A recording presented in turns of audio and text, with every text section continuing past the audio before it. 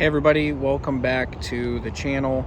I am not in my office. I don't have a fancy microphone. I don't have any edits or cuts to give you, but I want to have a devotion with you while I'm out of town. I'm in Florida, in Orlando area, south of Orlando, just for a couple days, and so I want to keep our Psalm a day going. Psalm chapter 76. I mentioned this is one of the 12 Psalms written by Asaph, who was one of the musicians and song leaders for King David.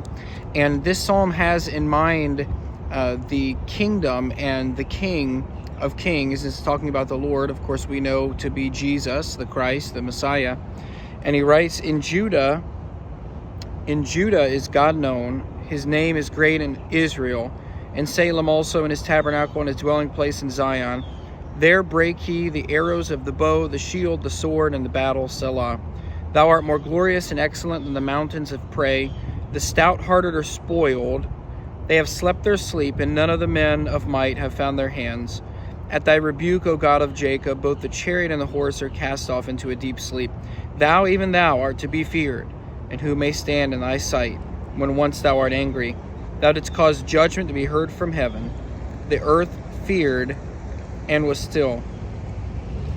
The theme here in this short psalm, although we have a few more verses to go through, the theme is the greatness and the power of God. Specifically, Asaph speaks of a kingdom which is to come. Now, we know this kingdom will be over all the earth. It won't be a kingdom of a sliver of the earth or a part of the people of the earth, but over all the earth. And this will come when the Lord comes back to take his rightful place as the King of Kings. There will be no more an earthly king over the world. There will be no earthly dictators or presidents or conglomerates of nations that are ruling and reigning. There will be one king, and his name is the Lord Jesus Christ. And he speaks about the goodness and the greatness of this God, that he says, at thy rebuke, the chariot and the horse are cast off into a dead sleep. Of course, that's a strong weapon back in Asaph's day was a chariot, specifically a chariot of iron, and a horse.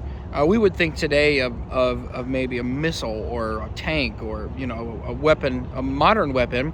But he says even those weapons are refuted at the power of our great God. That's the King that we serve and the King that will one day rule and reign.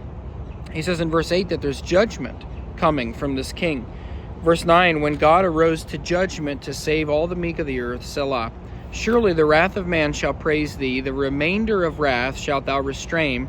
Vow and pay unto the Lord your God. Let all that be round about him bring presents unto him that ought to be feared. He shall cut off the spirit of princes. He is terrible to the kings of the earth. That means that all of the rulers of the earth one day will fear.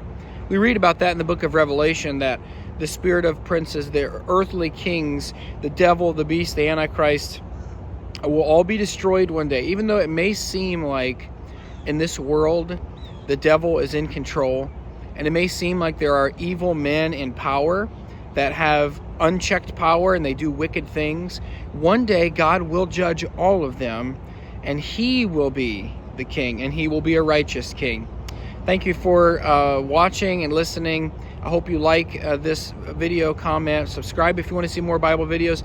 Pretty soon I'll be back in my office and we'll have some of the better edits and things that we like to do.